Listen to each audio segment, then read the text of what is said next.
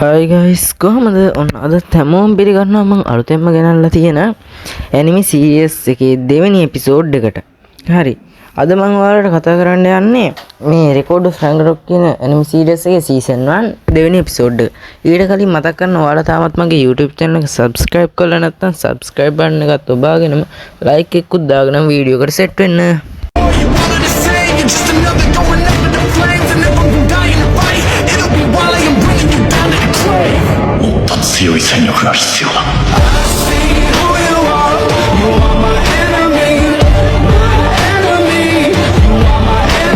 මේ එපිසෝඩ් එක පටන් ගද්දිම අපිට පෙන්වන්නේ තෝර්ගේ ලෝබුගේ ෆයිට් එක කන්ටිනියු වෙගෙන යනවා. ඒ වගේම මේ වෙලාවේදී අපේ ඇනවුන්ස් කරලා කියනවා මේ තමයි මේ දෙන්නටම Tamanට සරලන ප්‍රතිවාදීන්ව හම්බ වෙච්ච පළවෙනි වතාව කියලා. ඔන්න ඒ වෙලාවේ අපිට ආයෙත් පෙන්වනවා මේ දෙන්නගේ දාරපත වලිය. නම කරට කර සටන් කර ඉන්නවා. මේ වෙලාවේ මෙහෙම සටන් කර හිටියොත් හරියන්නේ නැහැ කියලා හිතනවා තෝර්. ඊට පස්සේ තෝර් එයාගේ එක පවර් එකක් වෙච්ච අකුණු පවර් එක යූස් කරලා ලෝබුට පහර දෙන්න කියලා තීරණය කරනවා. එයා ඒකට කියන නම තමයි ඉලෙක්ට්‍රික් ෂොට් කියලා.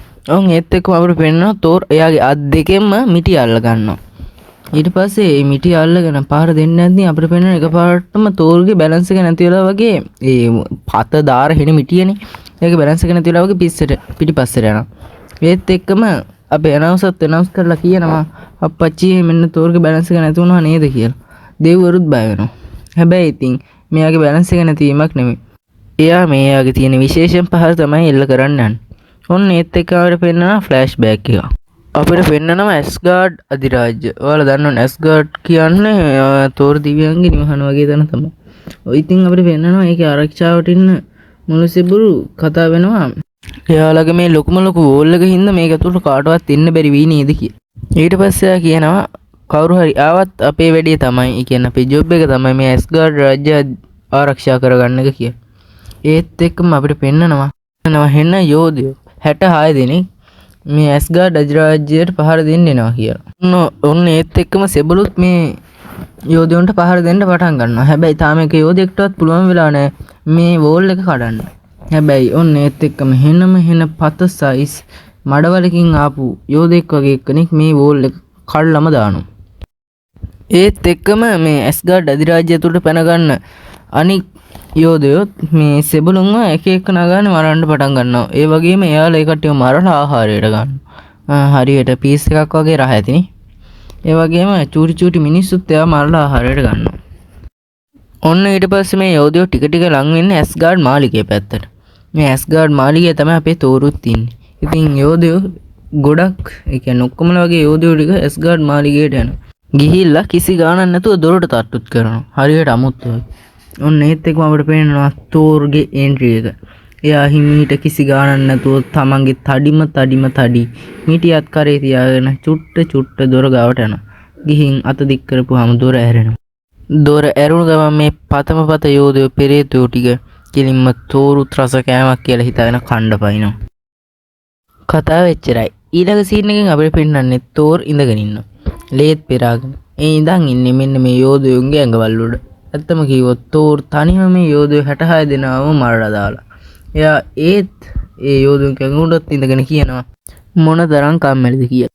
එයා මේ යෝධයෝම මරන්නත් යූස් කරන්නේ එයා දැන් ලූබට ගහන්න යන මෙන්න මේ අමුතු විදියේ ටෙක්නික් එකෙම තමයි. ඔන්න අපිට ආයෙත් අපේ ලූබුගේ තෝර්ගේ ෆයිට් එක පෙන්නනවා. හැම දෙවි කෙනෙක්ම වගේ පුදුම වෙලා තමයි ඉන්නේ. දෙවි කෙනෙක්ම මිනිස්සුෙක්ම පුදුම වෙලා තමයි ඉන්නේ. ඒ වගේම මේ ටෙක්නික් එකේ නමත් තෝර් හැමර්. එයාගේ මේ ටෙක්නික් එකෙන් අපේ ලූබුට ගහනවත් එක්කම හැම මිනිස්සෙක්ගෙම වගේ එනස් නිලංකාරය රහන දෙවියන්ගෙත් එහෙම තමයි. ඔන්න ඊට පස්සේ හැම මිනිස්සෙක් මේ කියන්නේ මිනිස්සු జాතිය දුක් වෙන්න ගන්නවා. අපේ ලූබුක් කතාව මෙතනින් ඉවරයි තමයි කියන්නේ. හැබැයි ඔන්න දෝවිලි අයින් වුණාට පස්සේ අපිට පේනවා ලූබු මේක කිසිම ගාණක් නැතුව නවත්තලා තියෙන විදිහ. මේක දැකලා දෙවිවරු ඔක්කොම පුදුම වෙනවා. ඒත් එක්කම අපිට පෙන්නනවා ලූබු එයාගේ ආයුධෙන් තෝරව තුවාල කරනවා. මේක දැකපු දෙවිවරු ඔක්කොම පුදුම වෙනවා. ඔන්න ඊට පස්සේ අපිට පෙන්නනවා ලූබුගේ අතීත කතාව. ලූබු පොඩි කාලේ ඉඳන්ම ගොඩාක් ශක්තිමත්. එයා කොහොමද දැනගෙන ඉඳලා තියෙනවා එයා තමයි මේ ලෝකෙ ඉන්න ශක්තිමත්ම මිනිසා කියලා පොඩි කාලේ ඉඳන්. එයාට ගැළපෙන ප්‍රතිවාදියෙක් හොයාගෙන දිගටම ඇවිදලා තියෙනවා. හැබැයි කවුරුත් එයාට ගැළපෙන ප්‍රතිවාදිය මේ වෙනකල් ලෝබුට හම්බ වෙලා නැහැ. එයා අවසානයේදී බාර වෙලා තියෙනවා චෝයි කියලා රජ කෙනෙක්ට. මොකද කම්මැලිකම හින්දා. හැබැයි මේ වෙලාවේදී චෝයි කියන රජතුමා මේ ලූබුව මරන්න ලෑස්ති වෙනවා. එයා කියන්නේ යාට මරණ දඩුවම දෙන්න ලෑස්ති වෙනවා. ඒ වෙලාවේදී ලූබු අඬා කියනවා. එයාම වාරුණාට පොඩ්ඩක් මැරෙන්න නම් බය මිනිහෙක් වගේ තමයි ලූබු පෙන්නේ. ඔන්න ඊට පස්සේ අපිට ආයෙත් පෙන්නනවා ෆයිට් එක. තෝර්ගේ මෝනෙත් පොඩි හිනාවක් යනවා. ඒ වගේම ලූබුත් හිනා වෙනවා. ඒ දෙන්නට දෙන්න හිතනවා. මට හරියනම් ප්‍රතිවාදිය හම්බුන පළවෙනි අවස්ථාව තමයි මේක කියලා. ඔන්න ඒ වෙලාවේ අපිට සියුස් පෙන්නනවා. සියුස් නම් මොනවා හරි හිතා තමයි ඉන්නේ. ඒ වෙලාවේ සියුස් ගියා පැත්තේ ඉන්නේ අනිත් දෙවියා කියනවා මෙතන මොකක් හරි වැරදි වගේ නේද සියුස් කියලා. ඒ සියුස් ගණන් ගන්න. ඉතින් මේ මනුස්සයාලු දෙවියා හයියෙන් කෑ ගහලා සියුස්ගේ කන්න කරලා කියනවා මෙතන මොකක් හරි වැරදි වගේ නේද සියුස් කියලා. ඊට පස්සේ තමයි සියුසුත් කටහරින්නේ. එයා කියනවා ඔව් දෙවියෙක්ට තුවාල කරන්න පුළුවන් ආයුධයක් කොහොමද මනුස්සය අතර තියෙන්නේ කියලා තමයි මේ සියුස් නම් හිතන්නේ. ඔන්න ඒ වෙලාවේ සියුස් දකිනවා බ්‍රෝහිටල් මේ වෙලාවේ hina වෙනවා. ඔන්න මේ වෙලාවේ අපිට තවත් ෆ්ලෑෂ් බෑක් එකක් පෙන්නනවා. මේ ෆස්ට් රවුන්ඩ් එක පටන් ගන්න ඉස්සෙල්ලා ලූබුව තෝරන වෙලාවේ, ඒ කියන්නේ ලූබුව ෆස්ට් රවුන්ඩ් එකට තෝරන වෙලාවේ අපේ මේ ගෝල්, ඒ කියන්නේ බ්‍රෝහිටල්ගේ නංගි ගෝල් අහනවා බ්‍රෝහිටල්ගේ කොහොමද මේ මිනිස්සු දෙවියොත් එක්ක සටන් කරන්න කියලා. ඒ වගේම අහනවා දෙවියෝගේ ආයුධ වලට එරෙහිව කොහොමද මිනිස්සුන්ගේ ආයුධ ඒ තරම් බලවත් තියාගන්න පුළුවන් වෙන්නේ කියලා. ඒ වෙලාවේ බ්‍රෝහිටල් කියනවා කොහොමත් මේක නම් කරන්න බැරි වැඩක් තමයි කියලා. ඒත් එකම ගෝල් බිම් පෙරලියගෙන අනන්න ගන්නවා. එහෙනම් කොහොමද ඔයා මිනිස්සුයි දෙවියන් අතරේ සටනක් තියන්න යෝජනා කළේ කියලා. ඒත් එක්කම අපිට පෙන්නන ඒ මේ හින්දා කියලා. අපේ බ්‍රෝහිටල් කියනවත් එක්කම බ්‍රෝහිටල් ගහා පැත්තෙන් ඇති වෙන මැජික් ගේට් එකක් අපිට පෙන්නනවා. ඒ මැජික් ගේට් එකෙන් එළියට එන්නේ වේල් කෙරේලා 13 දෙනාගෙන් ඉතුරු වේල් කෙරේලා 11 දෙනා. ඒ කියන්නේ ගෝලුයි බ්‍රෝහිටලුයි අරනාම ඉන්න ඉතුරු වේල් කෙරේලා 11 දෙනා. ඔන්න ඉතින් එතනින් මේ එපිසෝඩ් එක අදට ඉවර වෙනවා. ඒ වගේම ඊළඟ වීඩියෝ එක විදිහට මම ගේන්න බලාපොරොත්තු වෙන්නේ බ්ලෝ ලොක් ඇනිමි සීරියස් එකේ. ඒ කියන්නේ ඔයාලා දැන් බලලා ඇතිනේ සීසන් 1 එකේ එපිසෝඩ් 1 ඉඳන් 19ට වෙනකන් 18 වෙනි එපිසෝඩ් එකක් දාලා තියෙනවා. ඉතින් මම තීරණය කළා ඊළඟ වීඩියෝ එකේ කියන්නේ ඊළඟ එපිසෝඩ් එකේ ඉඳන් බ්ලෝ ලොක් මම ගේන්න කියලා. ඉතින් ඊළඟ වීඩියෝ එක විදිහට බ්ලෝ ලොක් ගේන්නද නැත්නම් මේකේ තියෙන ඊළඟ එපිසෝඩ් එක ගේන්න රෙකෝඩ් ෆ්‍රැග්‍රනොක් එකේ තියෙන ඊළඟ එපිසෝඩ් එක ගේන්නද කියලා ඔයාලා තමයි කමෙන්ට් කරන්න ඕනේ.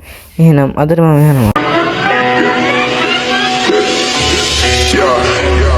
Keeping on back for the next stone. Never tell a tech, didn't mistake running. Keeping on